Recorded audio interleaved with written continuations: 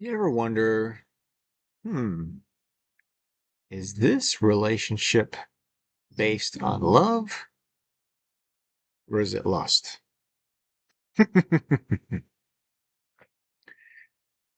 It's a good thing to check that out if you're ever in doubt.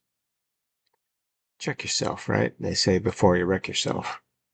There's so many fun songs out there to listen to and that you still hear on the radio decades after they've been out there. Like Pat Benatar has a couple like Love is a Battlefield or Hit Me With Your Best Shot, right? Catchy tunes. And even Jay Giles, just for an example. Very fun songs they put out over the years. One is called Love Stinks. Just a fun song. And sometimes when you're young and you're growing up and you're just figuring out what the hell love is anyway, you play these songs and you're just like, I'm so frustrated. Well, there's a reason you're frustrated. And just in case you're frustrated with a relationship that you have, I'm just going to lay out some thoughts here for us to think about. You see, lust is a counterfeit of love. Some would say opposite, but it's more than that. You see, like I could say black and white are opposites. They can't be confused with one another. But if you had a counterfeit bill, $20 bill that somebody just printed off in their new color printer that was all kinds of fancy stuff and it looked really good. It looked like a real bill. It could be passed off as a real bill and you could buy something for 20 bucks that you basically paid nothing for. A piece of paper and some ink. But what does that do? Down the road, that causes problems. Somebody's going to get caught with that bill and get in trouble. Love is the same way. When you think it's love, but it's really lust. And it starts with the core of where the desire comes from. Is it a desire to give or is it the desire to get? And we all have needs, and that's fine. There's Maslow's law and a hierarchy of needs and all this stuff, and we get that. We all have needs. My wife has needs. I have needs. My kids have needs. Neighbors have needs. Sometimes it's just peace and quiet. But it's more focused on, is it taking or is it giving? See, love has a center that is unselfish.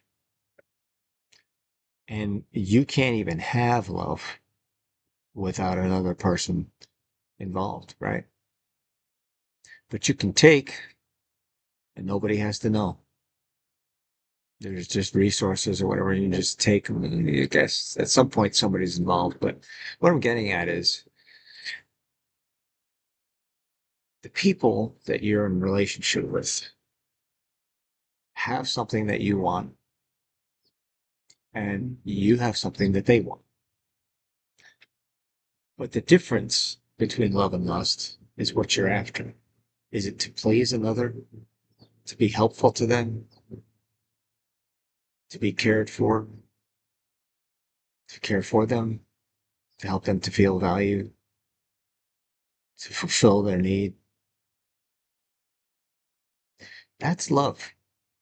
When you're a giver, when you're more concerned about how they feel and their needs rather than how you feel and your needs. Now, there's a point where it really needs to be reciprocal the whole time. But there comes a point where you feel like maybe you're the person giving all the time and they are the person taking all the time. Well, then you need to talk about that if you're already in that relationship and just let them know, this is what I'm seeing and here's how I feel. Does that seem right to you? See what they say. That's a tough question for somebody that's selfish. because they're going to say, oh, well, this is just how I am, and you should have known that. Really? Okay, check, please. Well, sometimes you can't do that. It's not that easy. That's why it's so important how you begin. It's just like bowling. So many times things come back to bowling because it matters so much how you start something. In bowling, if you get a few strikes in the beginning, it can really start affecting your score pretty quickly. And life is the same way in some ways. When you start a relationship by going to the bar and you see some hot person, guy or gal, and you're thinking, yeah, you better think again, yeah, because there's repercussions that normally come with that, and they are not good. They're going to be angry, sad, upset people. But let's just take a different environment where somebody could be very attractive, but you also take the time to get to know them and to know where they stand on very important issues, things that are important to you, making sure you're on the same page in certain areas. Let's just say how they feel about having kids, how they feel about politics, one way or the other, how they feel about their faith, if they have one, their upbringing, how they were raised, how their relationship with their parents, people that, their circle of friends. Just in case you're in a relationship that you might be questioning, do yourself a favor and ask important questions and try not to try to make sure you're in a good place and you're not angry because you don't want to start conversations with you always or you never. I'm going to say that again because it's so important. And I had to learn that because sometimes I was upset about certain things years ago, or there was an argument, let's just say. And I would get asked or told, really, you always or you never. And many times I'd be standing there because I'm a calculating person. I'm an engineer, right? I would think, it's not always, it's not never. But there were a couple of times where no, it was enough that it seems like always or never. Not everybody is that calculated. Okay, they're making a statement. It's like hyperbole, right? Certain places in the Bible it says, cut off your hand if you find yourself stealing. Well, it didn't actually mean you should cut your hand off. For God's sake. What it meant is it's such a strong point they're trying to get across that you don't do that. That's the impression that they wanted to leave, not to actually. Oh my goodness. Hyperbole. Just realize some people act and say things emotionally. And I know I've done it. But make sure the person has a good center. Make sure they've had good examples. Many times, you'll hear these sad stories about people growing up and they've had an alcoholic parent and they can't wait to get out of the house. And then they do. And who do they end up with? An alcoholic. Many times. And why is that? Why the hell did wonderful, sweet, giving, caring people that just want to love someone do something like that? It's because that this was their example. And this is what they know. This is literally, I want you to think about this. This is what this person was familiar with. There was actually a comfort level with that kind of anxiety going on in their house. They were literally made comfortable. They were used to that. So they were okay with that and thinking maybe someday this person will change because look at all these other good points. Sadly, most people don't change. Usually they have to hit rock bottom or something worse or who knows what, near death experience sometimes to change them. Sometimes it's when they start having their own kids. I know my father he quit smoking when my sister was born. And he realized, first of all, he was wasting his money. Second of all, it wasn't good for his health. And my mom hated it. Stunk up the house. So I was probably around, what, 5, 6 years old. He just I remember him taking his pack of cigarettes and he threw it out on the driveway. He was in a lounge chair getting some sun. Never picked him up again. Made a choice. That's what I'm going to do for my family. That's a man that was thinking more about his kids than what he felt like doing because he had been doing it for 10 years and he was used to doing it and he felt cool or whatever it was. Who knows why my dad smoked? But he was young and he was learning. But now he had a family that he knew he had to be an example for. That's a person that thinks about others more than themselves.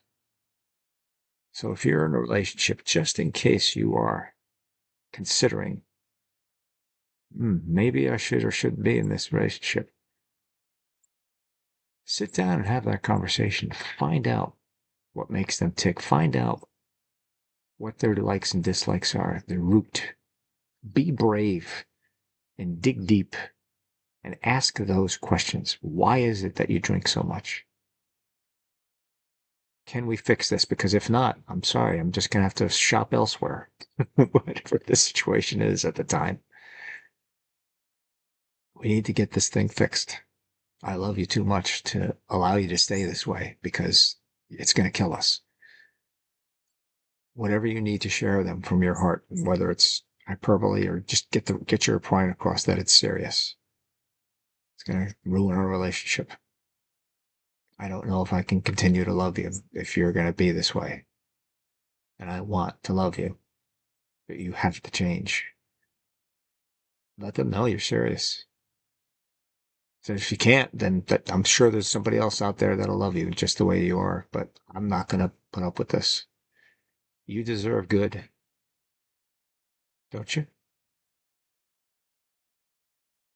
Make sure you're a person that's looking to love rather than take, rather than make sure you're looking to give rather than get, and find someone else that's looking to do the same thing. And you'll be a happier person the rest of your life. Oh, as my mom said, when I asked her, why do you think you were able to be married to dad for 62 years till he passed away? And I may have said this before, but her answer was a great answer. She said, two great forgivers. There were also two people that really sincerely loved and gave to each other what they needed and thought more of the other person most of the time. That's what makes a great relationship. I hope you have as many great relationships as you're willing to work for, because it's work. They say marriage is an institution. I remember before I was married, I would say, why the hell would I want to be institutionalized? Stupid. But realize you're either growing or you're dying. Nobody stays even. Maybe you think that you are, but you're maturing and getting better. You might not be interested in getting better, but then you wouldn't have been watching this crazy video for the last 12 minutes. If you've stayed and watched this much, you're interested in having a better life and better relationships. I know it. That's why you're still listening. And I'm just about done. But I sincerely care so much about other people having terrific relationships in their lives. I hope someday I will know if I've affected your life in a great way, because that's all I want to do. That is my desire in doing all of this. It's not, hey, look at me. No, I am wanting to start the conversation and help other people. So I wanted to, I want there to be more joy, more terrific people being married for 62 years, loving each other. That's what will make peace in this world. And that's what I'm about. And if that rings with you, great. And if it doesn't, you've probably already turned this off. So I'm not worried about it. Have a blessed, loving day.